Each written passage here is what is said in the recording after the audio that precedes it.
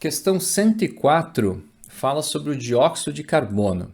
Passa por um estado sólido a menos 78 e retorna ao estado gasoso à temperatura ambiente. O gás é facilmente solubilizado em água, capaz de absorver radiação infravermelha da superfície da Terra e não conduz eletricidade.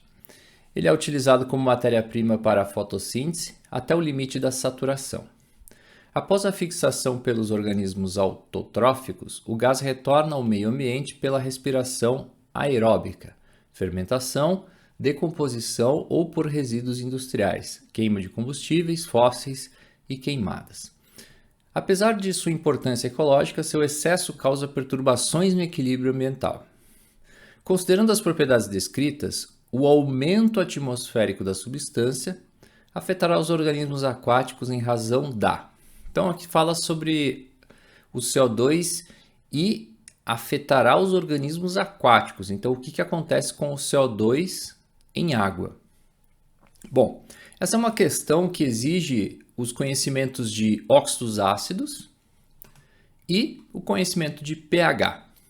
O CO2, dióxido de carbono, ele dentro da classificação dos óxidos, ele é chamado de um óxido ácido. Isso porque em água ele reage com a água e forma o H2CO3, que é o ácido carbônico.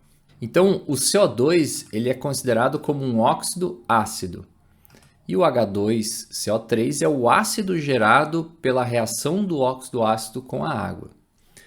Se o produto final é um ácido, isso significa que a concentração de íons H+ vai aumentar.